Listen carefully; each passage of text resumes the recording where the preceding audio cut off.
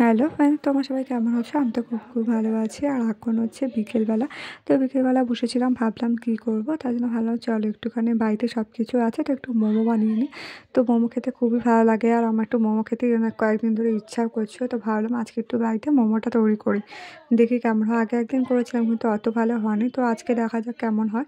তো ওদিকে দেখো আমি গাজর ফাজরগুলো একটুখানি কুচিয়ে নিয়েছি, আর ওখানে পেঁয়াজ কাটা আছে, আর ওদিকে হচ্ছে ধনেপাতাটা ধুয়ে রেখেছি, আর একটু মাংসটা একটুখানি মিক্সিতে ফেলে গুঁড়ো করে নিয়েছি। তো তোমাদের কাছে যদি চপ করা এগুলো থাকে তো তোমরা ওটা দিয়ে করতে পারো, তাহলে আরও ভালো হয়।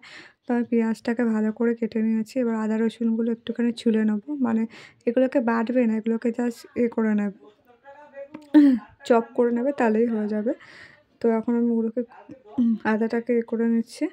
আর এখানে দেখো সব কিছু করার পর একটু জল বেরিয়েছে, তো এটাকে নিংড়ে জলটাকে আমি ফেলে দেবো, নাহলে কেমন একটা জল জল হয়ে যাবে। তো এখন আমি ঝরঝরে করে নিয়েছি, তো ওর মধ্যে একটুখানি আমি রসুন এটা দিয়ে কুচিটা দিয়ে দিচ্ছি, আর একটু আদাটা দিয়ে দিচ্ছি, আর এরপর মাংসটা দিয়ে দিলাম। এবার ধনেপাতা কুচি করে রেখেছিলাম ওটা দিয়ে নিলাম, আর একটু কাঁচা লঙ্কা কুচি করে ওটা দিয়ে নেবো।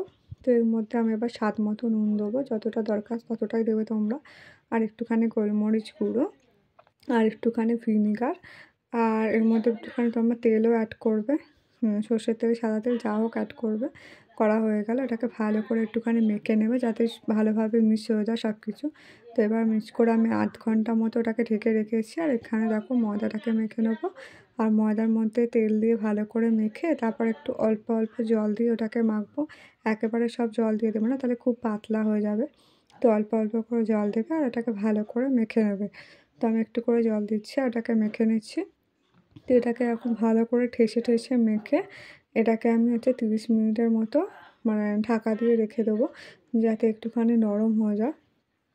তো 30 মিনিট পর আমি এটাকে খুলবো, খুলে যদি তো 30 মিনিট হয়ে গেছে, দেখো 30 মিনিট পর এটাকে আমি খুলে তার মধ্যে একটুখানি গুঁড়ো আটা দিয়ে একটু ভালো করে মেখে নিচ্ছি। এবার মাখা হয়ে গেলে এটা লম্বা করে ছোটো ছোটো করে লেচি করে নেবো।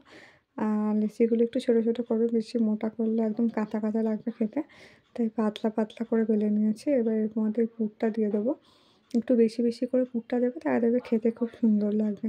তো আমি পুরটা দিয়ে নিয়েছি, এবার আঙুলে করে সুন্দর করে একটা শেপ দিয়ে ওটাকে মোমোর আকৃতি করে মুড়ে নেবো। অত ভালো পারি না, তাও চেষ্টা করছি যতটা সুন্দর হয়। তো দেখো সুন্দর করে নিয়েছি, বেশ ভালোই লাগছে দেখতে, খারাপ লাগছে না। আর এদিকে দেখো হয়েও গেছে শেপ দেওয়া।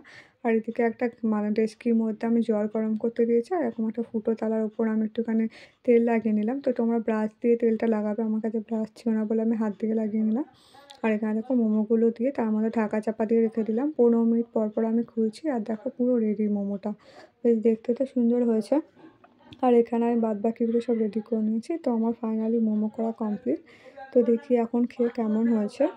তো মোমোটা কিন্তু খেতে খুব সুন্দর হয়েছিল, মানে দারুণ হয়েছিল, আগের দিনের থেকে খুব সুন্দর লাগছিলো খেতে, পুরো দোকানের মতো লাগছিলো, এত সুন্দর লাগছিলো কি বলবো।